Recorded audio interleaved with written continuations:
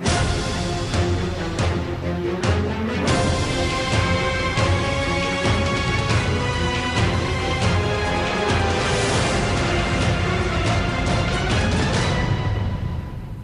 علیکم viewers, programme دیکھ رہے ہیں آپ براس ٹیکس اور میں ہوں آپ کی ہوسٹ معروف قریشی. ہمارے ساتھ موجود ہے ہمارے اینالسٹ جناب زید حامد صاحب. السلام علیکم سر. جیسا کہ آپ لوگوں کو پتا ہے کہ 23 مارچ کے حوالے سے ہم نے ایک خصوصی سیریز جو ہے وہ تشکیل دی ہے جس کی تھیم ہے پاکستان ایک عشق ایک جنون. براس ٹیکس کا معروف سلوگن جو اب تمام نوجوانوں کی زبان پہ ہے. اس حوالے سے ہم نے اپنے لاسٹ ایپیسوڈ میں بات کی، ہم لوگ موجود تھے گرینوچ یونیورسٹی میں، ہم نے بات کی پاکستان ریزولوشن کے حوالے سے. زید صاحب نے اپنے ویوز دیے. علامہ اقبال کے حوالے سے جو ہمارا سلسلہ شروع ہوا تھا اقبال پراسرار کا، اس کو بھی ہم نے تھوڑا سا سمرائز کیا. آج ہم موجود ہیں کراچی ہی میں زیبسٹ یونیورسٹی میں. ہمارے ساتھ اسٹوڈنٹس کی ایک بہت بڑی تعداد موجود ہے جو یقیناً زید صاحب کے ویوز جو ہے سننا اور جاننا چاہیں گے.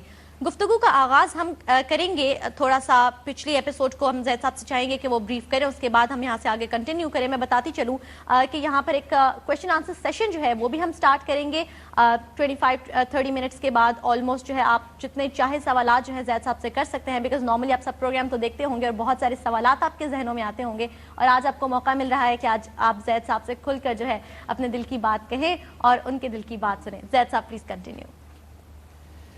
دیکھیے، جس طرح ابھی آپ کو بتایا کہ یہ ہماری ایک پیشن ہے، ایک پیار ہے، ایک عشق ہے. پاکستان ایک عشق ایک جنون کے نام سے یہ جو چند پروگراموں کی ایک سیریز جس کا مقصد صرف آپ سے بات کرنا تھا، اپنے نوجوانوں سے، اپنے یوتھ سے.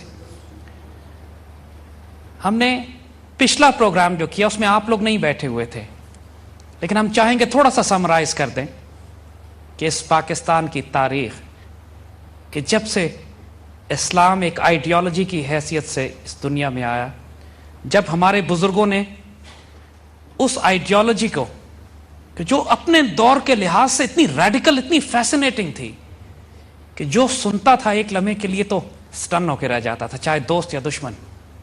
صرف اس کلام کو سن کر لوگوں کے دلوں پہ جو تاثیر ہوتی تھی، revolution was in the hearts, minds and civil, وجود ہل کے رہ جاتے تھے. اسلام جب عربین پیننسولا سے باہر نکلا ہے تو اس نے پرشین اور رومن امپائرز، دو بڑی بڑی گلوبل پاورز تھیں اپنے وقت کی، جو براہ راست اس کو کنفرنٹ کر رہی تھیں.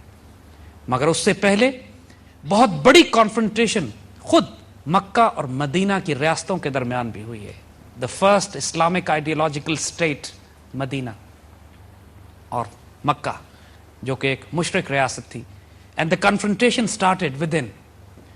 ایک دفعہ یہ ریزالو ہوئی تو اس کے بعد اسلام نے پھیل کر 70 سال کے عرصے میں اس آئیڈیالوجی نے چائنا سے لے کے ویسٹ افریقہ اور یورپین پیننسولا تک اپنے جھنڈے گاڑ دیے. جو تمام لوگ اس دور میں مسلمان ہوئے وہ آج بھی مسلمان ہیں. اس آئیڈیالوجی نے اس طرح ایبزارب کیا، اس طرح آئیڈیالوجی کو ایبزارب کیا گیا، اس طرح وہ اپنی مٹی میں جذب ہو گئی کہ چائنا سے سنکیانگ سے لے کر کاشغر اور چین کے وہ علاقے جو ایسٹرن ترکستان کہلاتے ہیں وہ آج بھی مسلمان ہیں. وہ صحابہ کے دور میں فتح ہوئے تھے. اور یورپین پیننسولا میں جہاں ہم اسپین میں داخل ہو گئے تھے، لیکن اسپین سے جب ہمارا زوال ہوتا ہے تو اس کے بعد کئی 100 سال تک اسپین میں کوئی اذان نہیں دی گئی. مسلمانوں نے جو تہذیبیں اس وقت بنائی، ہماری تہذیبوں کا عالم یہ تھا کہ پوری دنیا میں science and technology, astronomy, physics, chemistry, mathematics اور دنیا کی کوئی انجینئرنگ، کوئی جدید سائنس جو آج آپ پڑھ رہے ہیں اس کی بنیاد اسی دور میں رکھی گئی. مسلمان سائنٹسٹ اس وقت 1000 سال پہلے پروگرامیبل کلاکس بنا رہے تھے. تمام اس وقت ایسٹرونومی میں جو ستاروں اور سیاروں کے نام رکھے گئے ہیں وہ مسلمانوں کے رکھے ہوئے ہیں. عربک نیومرلز ABCD 1 2 3 جس کو آپ پڑھتے ہیں وہ سب عربک نیومرلز ہیں جو مسلمانوں کے ایجاد کیے ہوئے ہیں. تو اس شاندار تہذیب جس نے دنیا پہ کئی صدیوں تک ایک ایسے روشنی کے مینار قائم کیے، ایسے عظیم الشان سائنسدان، حکمران، لیڈرز، ایسا عدل اور انصاف کے خلیفہ وقت اور بادشاہ وقت بھی عدالت میں کھڑا ہو کر اپنے لیے قاضیوں اور ججوں سے انصاف لیتا تھا اور ظلم نہیں کرتا تھا اپنی قوموں پہ. اور قاضی بھی ایسے کہ خلیفہ وقت کے خلاف فیصلہ دیتے تھے. پھر جب مسلمانوں کا زوال شروع ہوتا ہے اور ہم 20ویں صدی کے آغاز تک پہنچتے ہیں تو حال یہ ہو چکا ہوتا ہے کہ خلافت عثمانیہ بھی ختم ہو چکی ہے مغل بھی ختم ہو چکے ہیں، اور پوری دنیا میں اتنا تاریک اندھیرا ہوتا ہے مسلمانوں کے لیے کہ سوائے مکہ اور مدینہ کے کوئی علاقہ ایسا نہیں ہوتا کہ جو آزاد رہ گیا ہو۔ اور اس تاریک دور میں اللہ تعالیٰ تحفے کے طور پر علامہ اقبال کو بھیجتے ہیں۔